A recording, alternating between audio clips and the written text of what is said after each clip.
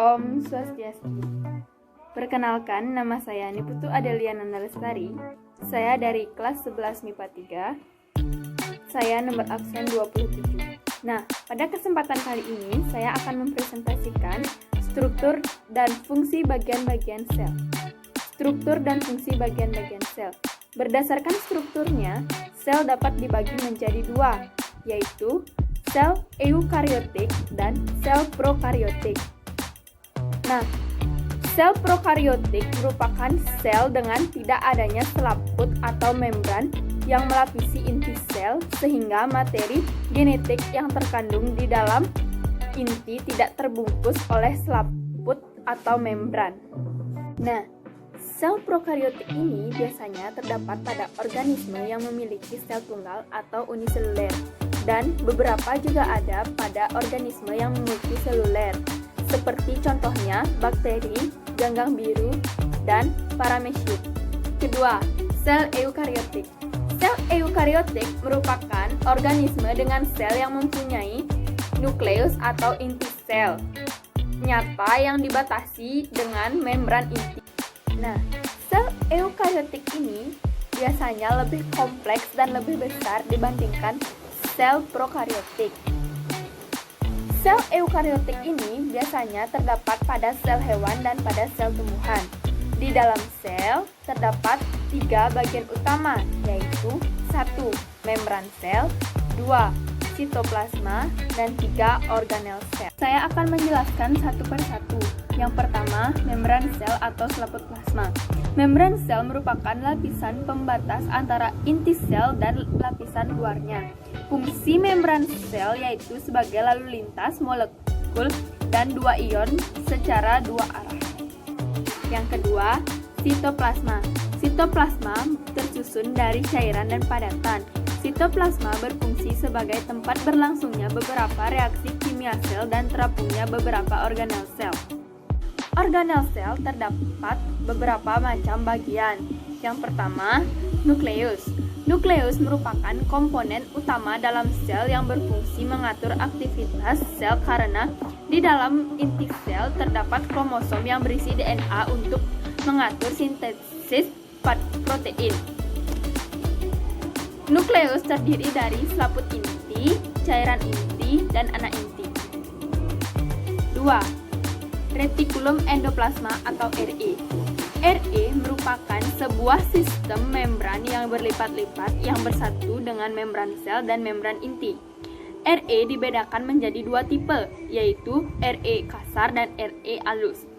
RE alus tidak ditempeli ribosom, atau fungsinya menyintesis lipid dan fosfolipid serta steroid. Misalnya RE yang terdapat pada sel epitel usus. RE kasar ditempeli ribosom, berfungsi sebagai alat transportasi protein yang disintesis oleh ribosom. RE ini biasanya terdapat pada sel pankreas. Yang ketiga, badan Golgi atau Golgi kompleks.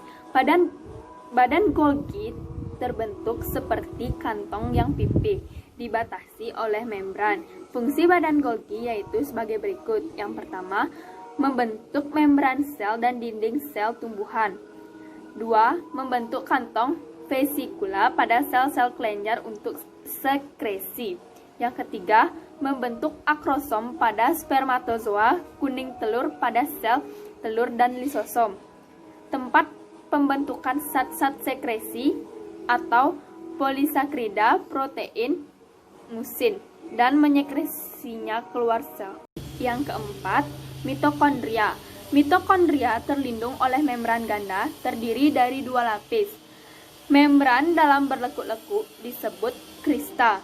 Mitokondria terdapat pada semua sel eukariotik yang berfungsi sebagai the power of house karena merupakan tempat berlangsungnya respirasi aerob sel. 5. Lisosom. Lisosom dibentuk oleh badan Golgi dan mempunyai fungsi sebagai berikut. Yang pertama, melakukan pencernaan intrasel.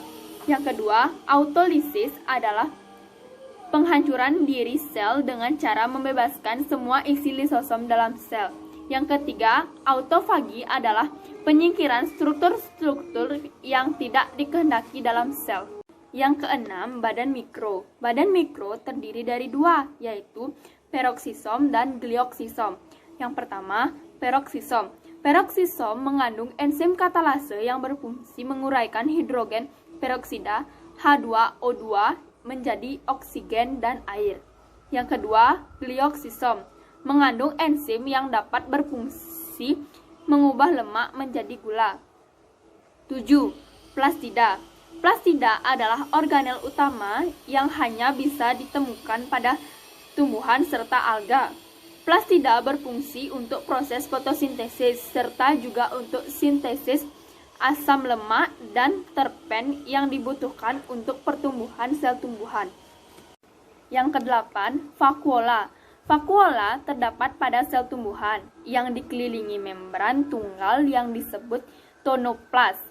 Fungsi vakuola diantaranya menyimpan alkaloid dan pigmen antosianin, tempat penimbun sisa metabolisme atau tempat penyimpanan zat makanan. Yang kesembilan, ribosom. Ribosom terdapat di dalam sitoplasma secara bebas dan terikat pada RE. Ribosom mempunyai fungsi dalam sintesis protein. Kumpulan ribosom yang menyintesis yaitu satu jenis protein disebut polisom. Yang ke-10, sitoskeleton atau rangka sel.